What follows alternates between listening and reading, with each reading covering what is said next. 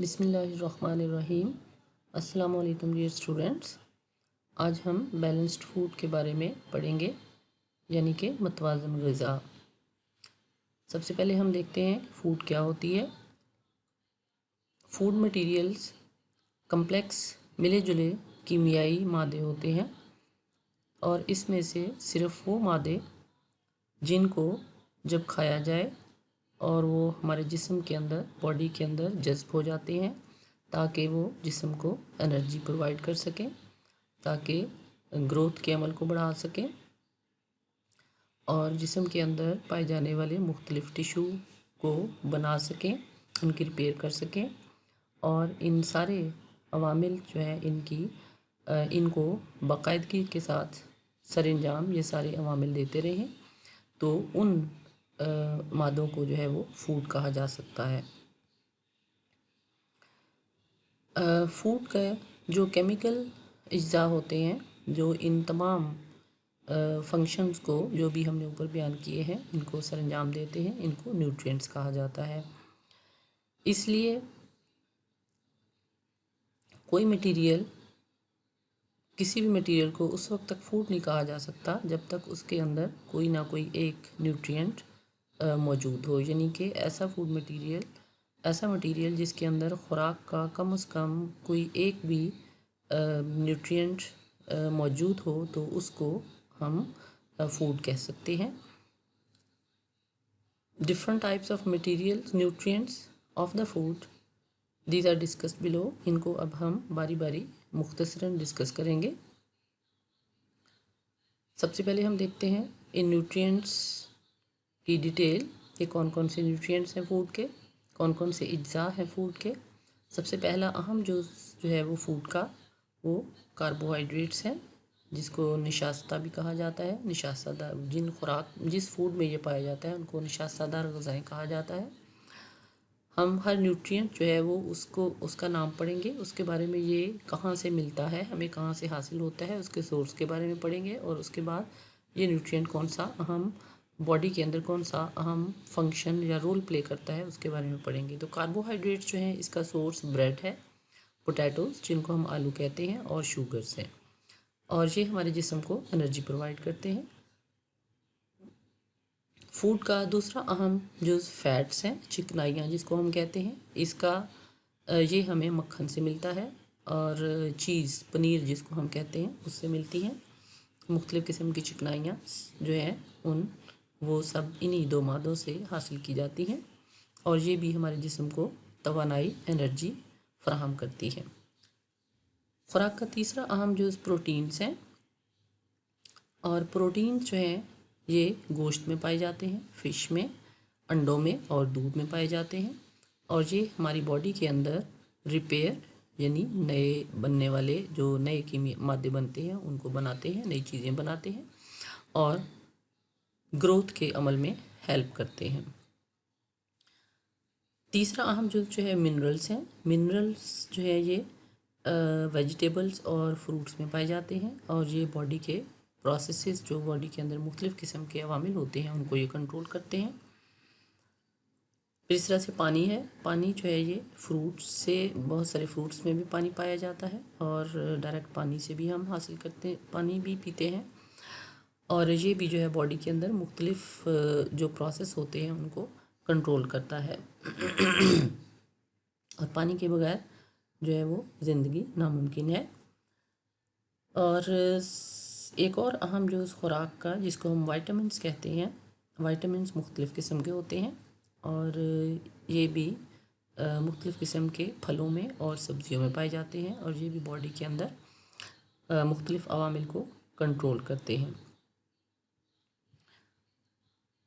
अब हम इस डायग्राम में देखते हैं कि बैलेंस डाइट जो है उसमें वो किन किन जो है वो चीज़ों में पाई जाती है। इसमें आप देख सकते हैं कि सब्ज़ियां भी मौजूद हैं, फल भी मौजूद है, गोश्त भी है, मछली भी है और दालें भी हैं और नट्स भी है, गंदम है, और इस तरह से मुख्तलिफ़ किस्म की जो सब्ज़ियाँ और फल हैं उन सब के अंदर ये हमारी बैलेंस डाइट के तमाम हिस्सा पाए जाते हैं जिनको हमने अभी पढ़ा। Carbohydrates, lipids, proteins, minerals, waters and vitamins. अब हम इनको मुख्तसर थोड़ी थोड़ी इनकी डिटेल पढ़ते हैं। सबसे पहले हम देखते हैं कार्बोहाइड्रेट्स क्या होते हैं। कार्बोहाइड्रेट्स जो है ये वो कीमियाई मादे होते हैं जिनके अंदर कार्बन, हाइड्रोजन और ऑक्सीजन मौजूद होती है। ये 3 एलिमेंट इनके अंदर ज़रूर मौजूद होते हैं और ये हमारे जिस्म को जितनी एनर्जी की ज़रूरत होती है उसका आधा जो है वो तकरीबन हाफ एनर्जी ये कार्बोहाइड्रेट से हमें मिलती है और ये हमारे जिस्म के दर्जा हरारत को बरकरार रखने में भी अहम रोल प्ले करते हैं। कार्बोहाइड्रेट्स की आम मिसालें जो हमें मिलती हैं उसमें जो हम जानते हैं जिनको शुगर्स हैं और ग्लूकोज है, सुक्रोज है जिसको हम चीनी भी कहते हैं, और इस तरह से पॉलीसेक्राइड्स हैं। पॉलीसेक्राइड्स की एग्जांपल आम जो है वो स्टार्च है और सेलुलोज है। कार्बोहाइड्रेट्स की जब ऑक्सीडेशन होती है, इन जब ये मॉलिक्यूलर ऑक्सीजन के साथ कार्बोहाइड्रेट्स रिएक्ट करते हैं तो अल्टीमेटली आखिरकार ये कार्बन डाइऑक्साइड और पानी में तब्दील हो जाते हैं और उसके अलावा इसमें बहुत सारी एनर्जी भी प्रोड्यूस होती है, लिबरेट होती है, निकलती है, जो कि हमारा जिस्म इस्तेमाल करता है। कार्बोहाइड्रेट्स 3 मुख्तलिफ़ किस्मों के होते हैं, जिसमें पहली टाइप जो है क्लास जो है मोनोसेक्राइड्स कहलाते हैं, दूसरी जो है ओलिगोसेक्राइड्स कहलाते हैं और तीसरी पॉलीसेक्राइड्स कहलाते हैं। और पॉलीसेक्राइड की नाम अभी भी हमने ऊपर जो है कार्बोहाइड्रेट्स के इंट्रोडक्शन में पढ़ा है। कार्बोहाइड्रेट्स का लफ्ज़ जो है असल में ये सेक्राइड्स से निकला है और सेक्राइड्स जो है ये ग्रीक लैंग्वेज में जो है वो ग्रीक वर्ड जो है सेक्रॉन से निकला है और जिसका मतलब होता है शुगर्स। तो मोनोसेक्राइड का मतलब कि जिसके अंदर एक सेक्राइड, एक शुगर यूनिट जो है वो प्रेजेंट होती है। मोनोसेक्राइड सिंगल शुगर्स होती हैं ये। ओलिगोसेक्राइड जो है उसके अंदर एक से ज़्यादा शुगर्स प्रेजेंट होती हैं और इसी तरह से पॉलीसेक्राइड जो हैं उनमें कई बहुत सारी सेक्राइड जो हैं वो मौजूद होती हैं।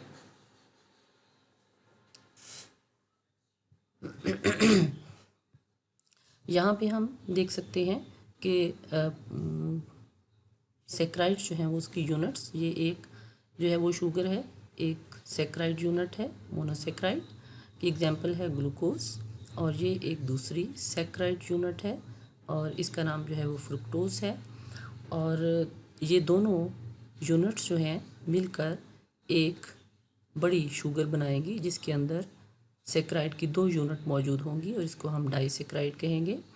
और ये बनती किस तरह से है, किस तरह से ज्वाइन करती है कि एक शुगर जो है उससे OH ग्रुप लिया जाता है, निकलता है, और दूसरी शुगर जो है उससे हाइड्रोजन का एक एटम निकलता है और ये दोनों मिलकर वाटर मॉलिक्यूल बनाते हैं जो यहाँ से निकल जाता है और यहाँ पर मौजूद जो है वो एक बॉन्ड बन जाता है। जब ये निकल जाता है वाटर मॉलिक्यूल तो यहाँ पर एक बॉन्ड बन जाता है जिसको हम कहते हैं ग्लाइकोसिडिक बॉन्ड। यहाँ पर आप देख सकते हैं कि वाटर मॉलिक्यूल रिमूव हो गया और यहाँ पर जो है वो ऑक्सीजन जो प्रेजेंट है यहाँ इसके साथ जो ऑक्सीजन प्रेजेंट थी इसने अब इस यूनिट जो है उसके साथ मिलकर एक बॉन्ड बना दिया। ये शुगर ये दूसरी शुगर के साथ जॉइन करके 2 जो है वो शुगर मॉलिक्यूल्स यहाँ पर बन गए और इसका नाम है 1 डाइसेक्राइड और ये एक ग्लूकोसिडिक बॉन्ड जो है उससे ज्वाइन करने से बनी। इस तरह से इस शुगर के साथ अगर एक और ग्लाइकोसिडिक बॉन्ड के साथ एक और शुगर यूनिट जो है वो मिल जाएगी तो ये ट्राइसेक्राइड बन जाएगी और इस तरह से जो है वो शुगर की बहुत सारी यूनिट्स मिलकर आपस में जो है वो बड़े मॉलिक्यूल बनाती हैं जिसको हम पॉलीसेक्राइड्स कहते हैं और वो लार्ज जो है वो मॉलिक्यूल होते हैं, लार्ज कंपाउंड्स होते हैं। यहाँ पे हम देख सकते हैं पॉलीसेक्राइड जो है ये कम्प्लेक्स और मोस्ट सबसे ज़्यादा पाए जाने वाले जो है कार्बोहाइड्रेट्स होते हैं कुदरती तौर पर जो पाए जाते हैं। ये टेस्टलेस होते हैं, इनका कोई टेस्ट नहीं होता और ये सेवरल मोनोसेक्राइड यूनिट्स जो है वो जब ग्लाइकोसिडिक बॉन्ड्स के थ्रू आपस में मिलते हैं तो तब ये बनते हैं। पॉलीसेक्राइड जो है ये पानी के अंदर बहुत कम सॉल्युबल होते हैं। बायोलॉजिकली कुछ बहुत अहम पॉलीसेक्राइड जो हैं उनके यहाँ पे नाम आपको बताती हूँ। वो स्टार्च है, ग्लाइकोजिन है, सेलुलोज है, dextrin, agar, pectin and chitin. अब आगे हम नेक्स्ट डायग्राम में देखते हैं कि पॉलीसेक्राइड जो है वो किस तरह से मोनोसेक्राइड यूनिट से मिलकर बनते हैं। यहाँ पे आप देख सकते हैं, this is a polysaccharide molecule, large molecule which is made up by the joining of the monosaccharides. ये एक मोनोसेक्राइड यूनिट है, ये दूसरी मोनोसेक्राइड है, और ये तीसरी, और ये चौथी, और ये तीनों जो है सारी शुगर्स यूनिट्स जो हैं ये एक दूसरे के साथ इन ग्लाइकोसिडिक बॉन्ड्स के थ्रू जो है वो अटैच होती है। और इस तरह से जो है वो यहाँ पर जो है वो ग्लाइकोसिडिक बॉन्ड्स जब बहुत सारे शुगर्स के मिलकर बनते हैं, तो उसके इन तमाम शुगर्स के मिलने से जो एक बड़ा मॉलिक्यूल बनता है उसको हम पॉलीसेक्राइड कहते हैं। यानी कि पॉलीसेक्राइड जो हैं ये मोनोसेक्राइड्स के पॉलीमर्स हैं, कि बहुत सारी मोनोसेक्राइड्स ग्लाइकोसिडिक बॉन्ड्स के थ्रू आपस में जुड़कर जो है वो एक पॉलीसेक्राइड मॉलिक्यूल बनाती हैं। इस डायग्राम में हम देख सकते हैं कि कार्बोहाइड्रेट्स जो है वो किन किन चीज़ों में मिलती है हमें। यहाँ पे आप गंदम देख सकते हैं, और इस तरह से जो है ये फ्रूट है, ये पोटैटोस हैं, और इस तरह से सीरियल्स हैं, ब्रेड है। ये मुख्तलिफ तमाम वो ग़िज़ाएँ हैं जिनसे हम कार्बोहाइड्रेट्स हासिल करते हैं। अब खुराक का फूड का दूसरा अहम जुज़ जो है वो फैट्स हैं, चिकनाइयाँ जिसको हम कहते हैं। फैट्स जो है वो आमतौर पर सॉलिड या लिक्विड फॉर्म में होते हैं। तो ऑयल्स जो हैं वो लिक्विड फॉर्म में होती हैं फैट्स, और सॉलिड्स जो हैं वो घी जिनको हम कहते हैं वो सॉलिड फॉर्म में फैट्स होती हैं। ऑयल्स और फैट्स दोनों जो है ये कुदरती तौर पर पाए जाने वाले एक बहुत बड़े ग्रुप जिनको हम लिपिड्स कहते हैं उसके मेंबर्स हैं। और कीमियाई तौर पर लिपिड ऑयल्स और फैट्स जो हैं ये एक्चुअली फैटी एसिड्स के ट्राइग्लिसराइड्स होते हैं। मीन के 3 फैटी एसिड्स जो है वो मॉलिक्यूल किसी एक फैट या ऑयल जो है उसके अंदर प्रेजेंट होते हैं अलॉन्ग विद द ग्लिसरोल्स। ये जो है प्लांट से भी हासिल किए जा सकते हैं। यहाँ पर एल है, मिसिंग है, जो प्लांट से भी हासिल किए जा सकते हैं और एनिमल से भी हासिल किए जा सकते हैं। Fat has higher caloric value as compare to the carbohydrates and proteins. Means के कार्बोहाइड्रेट्स और प्रोटीन की निस्बत फैट्स जो है वो उनमें जो है वो ज़्यादा कैलोरीज खुराक की पाई जाती हैं। ये ज़्यादा जो है वो एनर्जेटिक होती हैं। और ये देखा गया है कि सैचुरेटेड फैट्स जो हैं उनको जब कंजम्पशन की जाती है, उनको जब इस्तेमाल किया जाता है, तो ये जिस्म के अंदर जो है वो कोलेस्ट्रोल और ट्राइग्लिसराइड जो है ब्लड के अंदर पैदा करते हैं, जो कि उसके लिए जो है वो बहुत ज़्यादा जिस्म के लिए जो है वो बेहतर नहीं होता है। जबकि फैटी फूड्स जो हैं उनकी कंप्लीट डाइजेशन जब हो जाती है बॉडी के अंदर, तो ये जो है वो ग्लिसरॉल और लॉन्ग चेन फैटी एसिड जो है वो प्रोड्यूस करते हैं। तो हमें बॉडी के अंदर फैट्स वो वाली इस्तेमाल करनी चाहिए जिनकी कंप्लीट डाइजेशन हो और वो ग्लिसरॉल और लॉन्ग चेन फैटी एसिड जो है वो प्रोड्यूस करें।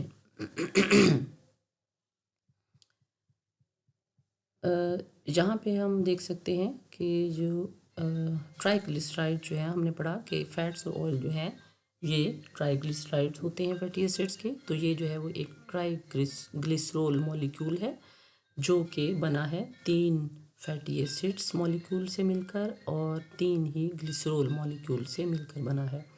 ये एक फैटी एसिड मॉलिक्यूल है, ये दूसरा फैटी एसिड मॉलिक्यूल है, और ये तीसरा फैटी एसिड मॉलिक्यूल है।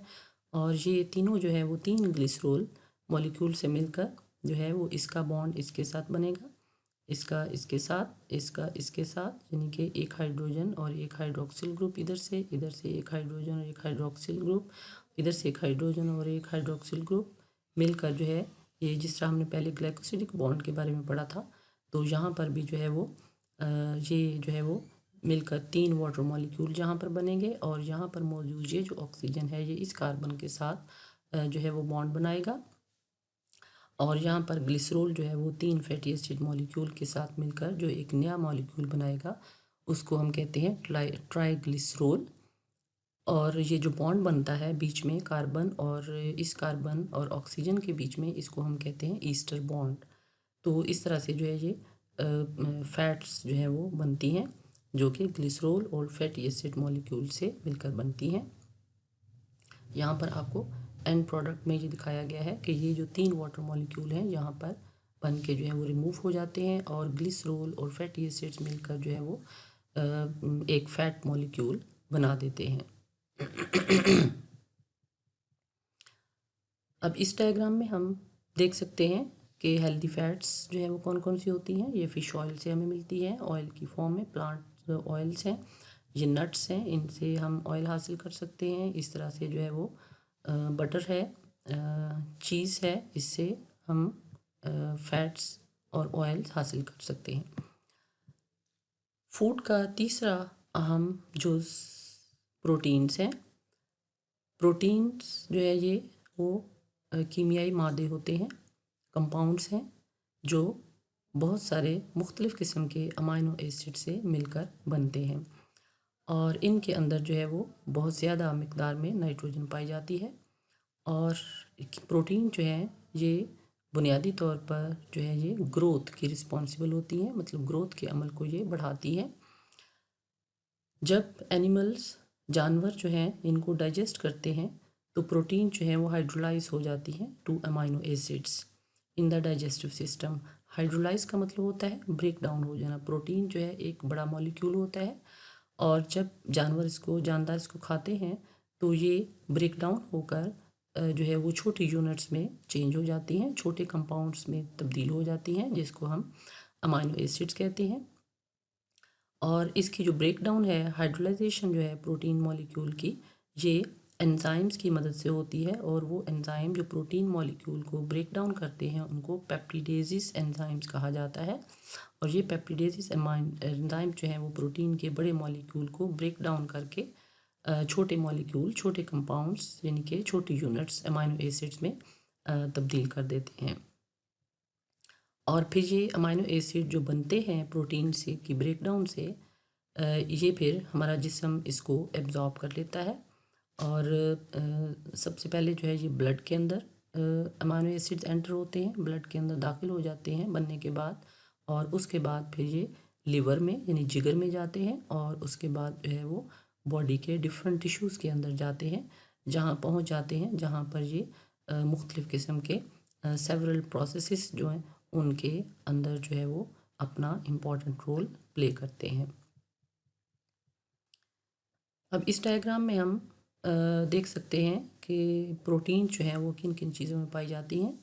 ये आप देख सकते हैं मुख्तलिफ़ किस्म की दालें हैं, ये गोश्त है, अंडे हैं और इसके बाद जो है ये भी कलेजी है और इसके अलावा बहुत सारी पल्सेस दालें जितनी भी हैं, बीन्स हैं, ये सब के अंदर जो है वो इन सब के अंदर प्रोटीन पाई जाती है।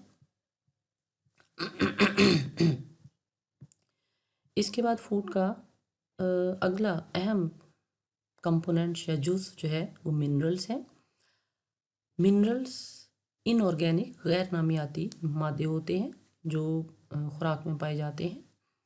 जो पहले हमने 3 अज्जा पढ़े हैं, कार्बोहाइड्रेट्स, लिपिड्स और प्रोटीन्स, ये नामियाती मादे हैं, ऑर्गेनिक मटेरियल्स हैं, जबकि मिनरल्स जो हैं वो गैर नामियाती मादे इनऑर्गेनिक मटेरियल्स हैं।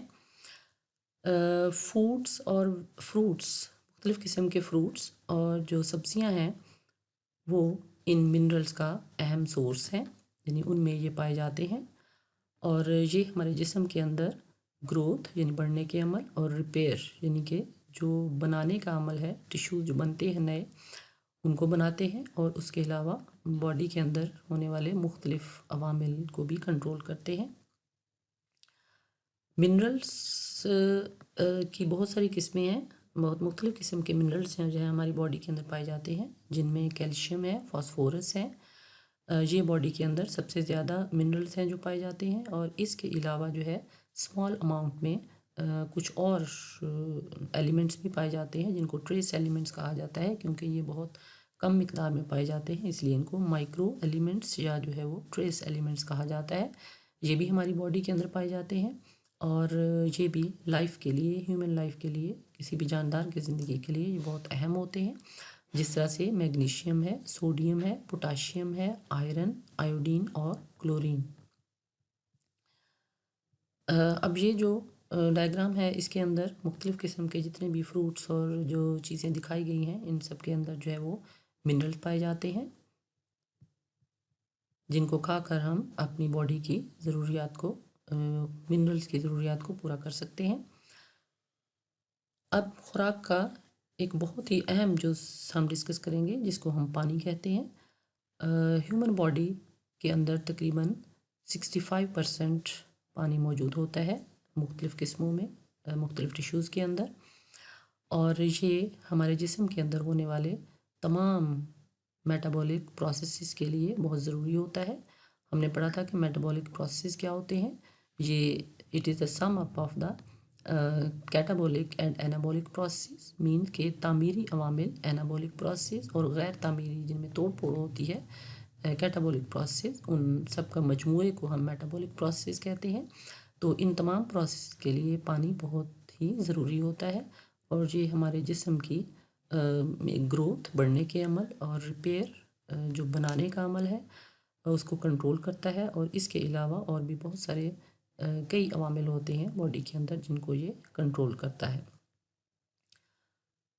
अब अगला अहम जुज़ फूड का जो है वाइटामिन्स है।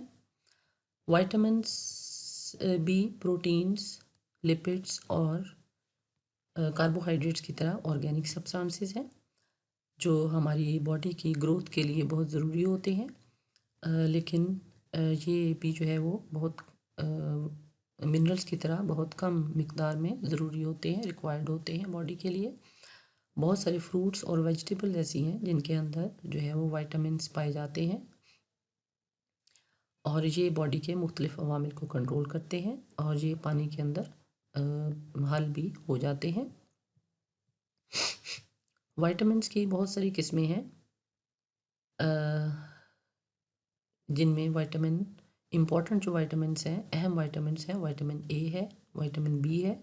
वाइटामिन बी की बहुत सारी किस्में हैं जिनमें vitamin B1, B2, B6 and B12 है। फिर इसी तरह से वाइटामिन ए और बी के अलावा वाइटामिन सी है, डी है, ई और के है।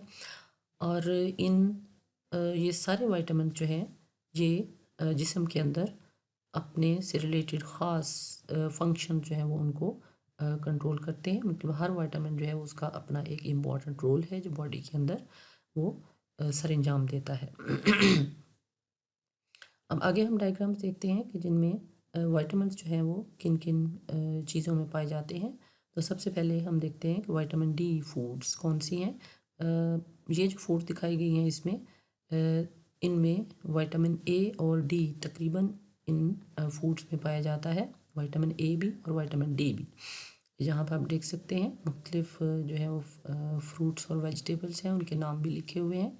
इन सब के अंदर विटामिन ए और डी काफ़ी मिकदार में पाया जाता है।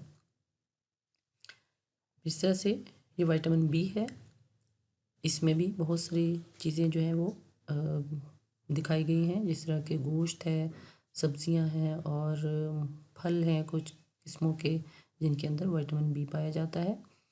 और फिर विटामिन सी जो है ये भी बहुत सारी चीज़ों में पाया जाता है, स्पेशली सिट्रस फ्रूट्स जो हैं जिसमें लेमन है, ऑरेंज है, माल्टा है, ग्रेप्स हैं। इस तरह से ये मिर्च है, ब्रोकली है, ब्लैक चेरीज़ हैं। ये जो फ्रूट्स आपको सब्जियां और फ्रूट्स ये दिखाए गए हैं इन सब के अंदर ये विटामिन सी पाया जाता है।